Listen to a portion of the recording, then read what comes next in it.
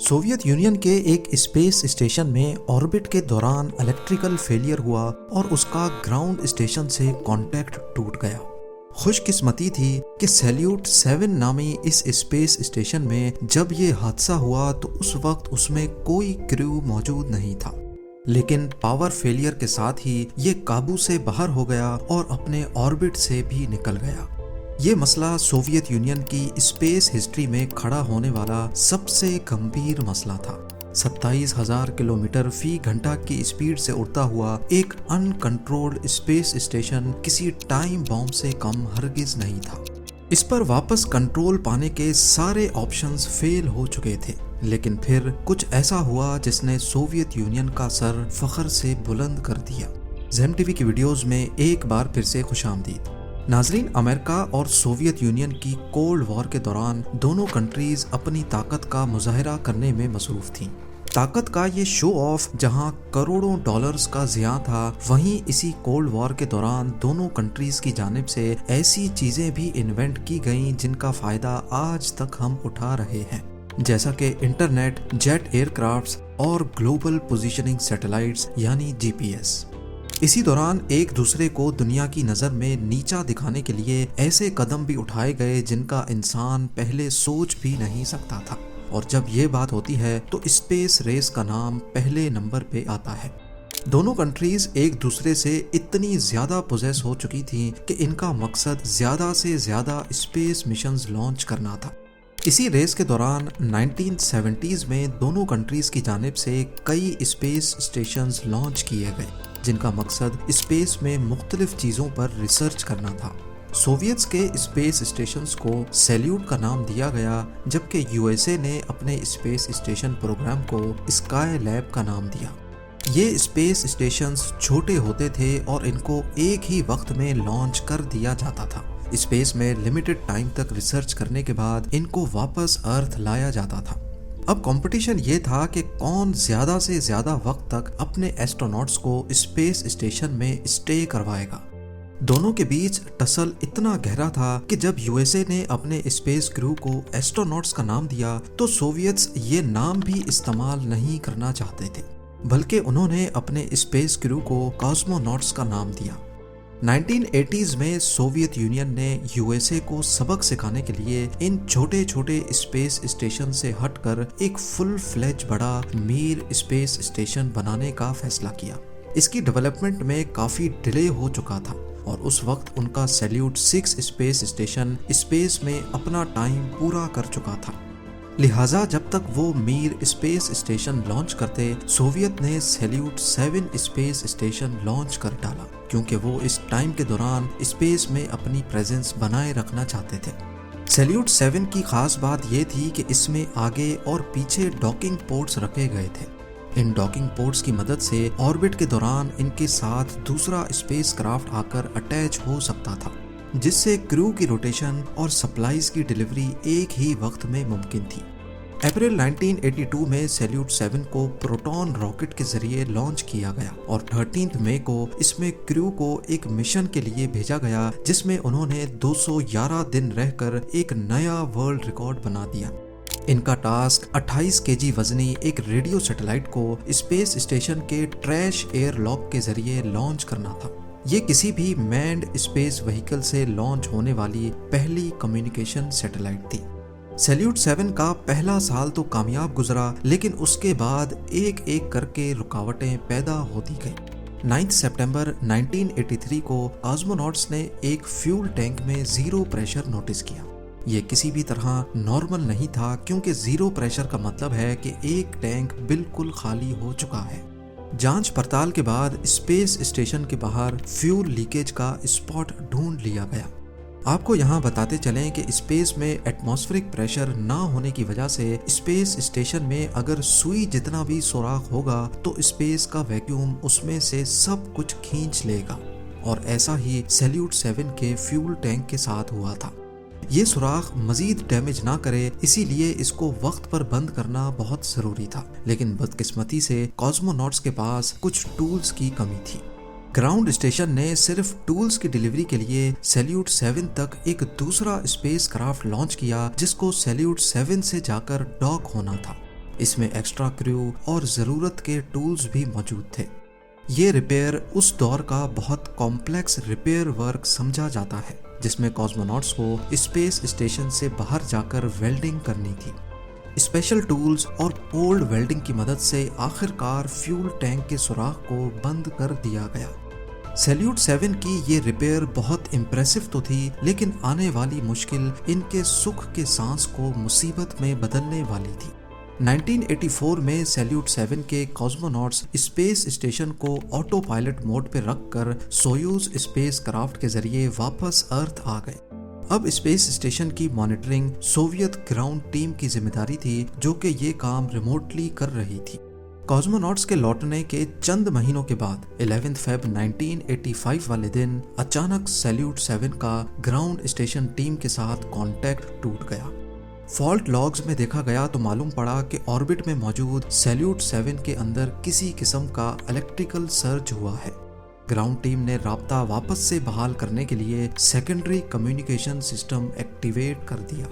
अब सैल्यूट 7 के साथ कांटेक्ट तो बहाल हो गया, लेकिन इसके फौरन बाद एक दूसरा इलेक्ट्रिकल सर्ज हुआ और अब स्पेस स्टेशन के साथ हर किस्म का कांटेक्ट टूट गया।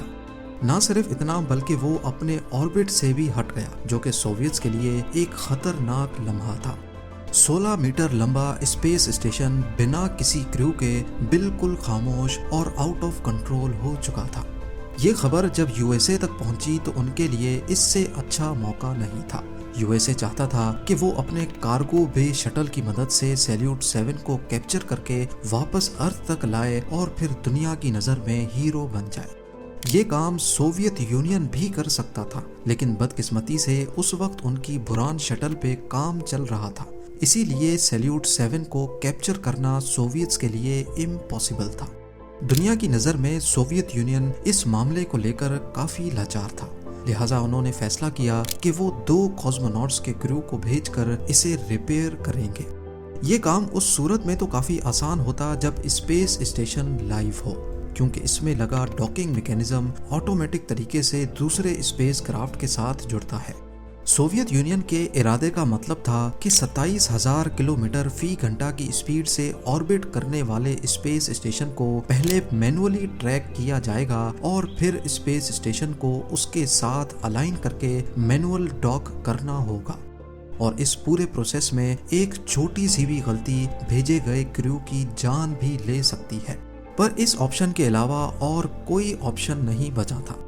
6 जून 1985 को सोयूज स्पेस क्राफ्ट को सैल्यूट 7 की रेस्क्यू के लिए लॉन्च किया गया। इसमें लेजर रेंज फाइंडर भी इंस्टॉल किया गया, जिससे वो सैल्यूट 7 की रेंज मालूम कर सकेंगे। कॉस्मोनॉट्स अपने साथ नाइट विजन गॉगल्स भी लेके गए, क्योंकि हो सकता है मैनुअल डॉकिंग उस वक्त करनी पड़े जब बिल्कुल अंधेरा हो। 2 दिनों तक ऑर्बिट करने के बाद कॉस्मोनॉट्स फाइनली सैल्यूट 7 के करीब पहुंच गए।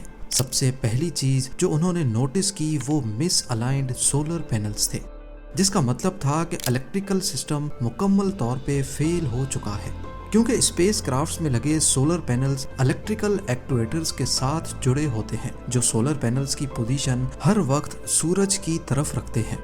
लेजर रेंज फाइंडर की मदद से क्रू ने पहले खुद को सैल्यूट 7 के साथ अलाइन किया और फिर उसकी रोटेशन को अपने स्पेस क्राफ्ट की रोटेशन से मैच करके वो आहिस्ता आहिस्ता स्पेस स्टेशन के करीब जाते गए और फाइनली वो सोयूज को सैल्यूट 7 के साथ मैनुअल डॉक करने में कामयाब हो गए।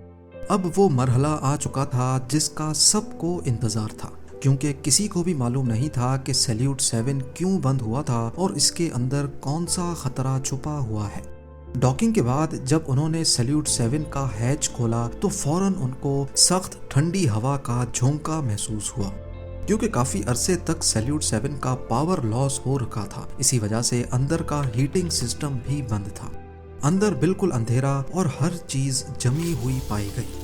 -150 डिग्री सेल्सियस का टेम्परेचर, जिसके लिए सैल्यूट 7 का इंटीरियर डिजाइन ही नहीं किया गया था। दोनों कॉस्मोनॉट्स ने गर्म कपड़े पहने और तीनों हैचेस खोलकर सैल्यूट 7 के अंदर चले गए। उनके पास एयर क्वालिटी टेस्टर भी थे, जिसमें कार्बन मोनोऑक्साइड की क्वांटिटी बहुत ज्यादा शो हो रही थी, जो इस बात का इशारा थी कि यहाँ आग लगी थी। दोनों कॉस्मोनॉट्स को सांस लेने में भी दुश्वारी हो रही थी क्योंकि सैल्यूट 7 का सर्कुलेशन सिस्टम काम नहीं कर रहा था। उन दोनों के सांस में मौजूद कार्बन डाइऑक्साइड अंदर के माहौल को और ज्यादा डेंजरस बना रहा था। इसीलिए उन्होंने फैसला किया कि एक वक्त में सिर्फ एक कॉस्मोनॉट ही सैल्यूट 7 के अंदर रहेगा। दोनों क्रू के लिए सप्लाईज का भी बहुत बड़ा इशू था। इनके पास सिर्फ 8 दिनों का खाना पानी था। अगर वो थोड़ा थोड़ा भी इस्तेमाल करेंगे तो खींच खींच के उनके पास सिर्फ 12 दिनों की सप्लाईज थी। लेकिन सैल्यूट 7 में क्या मसला था ये जानने और उसको रिपेयर करने में 12 दिन से भी ज्यादा वक्त लग सकता था। खैर, जब इलेक्ट्रिकल सिस्टम में ट्रबल शूटिंग शुरू की गई तो मालूम पड़ा कि सिर्फ एक अकेले सेंसर के खराब होने की वजह से पूरा स्पेस स्टेशन बंद हुआ है। ये सेंसर बैटरीज में लगता है जो इनको ओवर चार्जिंग से बचाता है। जब ये खराब हो गया तो ये बैटरीज को चार्ज होने ही नहीं दे रहा था और आखिरकार बैटरीज पूरी तरह से ड्रेन हो गई और पूरा सिस्टम ही बंद हो गया।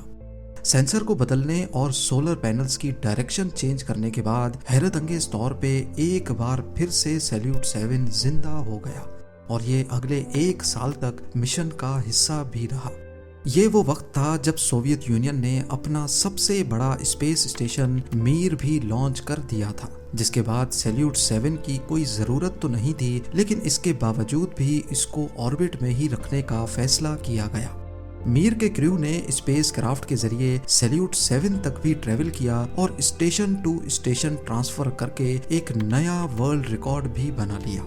सोवियट्स सैल्यूट 7 को मजीद स्पेस में रखना चाहते थे। इसके लिए उसको 475 किलोमीटर के हायर ऑर्बिट में भेज दिया गया। लेकिन 1991 में सोवियत यूनियन के कोलैप्स के बाद फंडिंग इश्यूज और दूसरे मसाइल की वजह से सैल्यूट 7 से ध्यान हट गया और वो अपना ऑर्बिट कम करता करता एक दिन अर्थ के एटमॉस्फेयर में अनकंट्रोल्ड री एंट्री कर बैठा और साउथ अमेरिका के ऊपर टुकड़ों टुकड़ों में बिखर गया। इस तरह सोवियत यूनियन के आखिरी सैल्यूट स्पेस स्टेशन का दी एंड हो गया।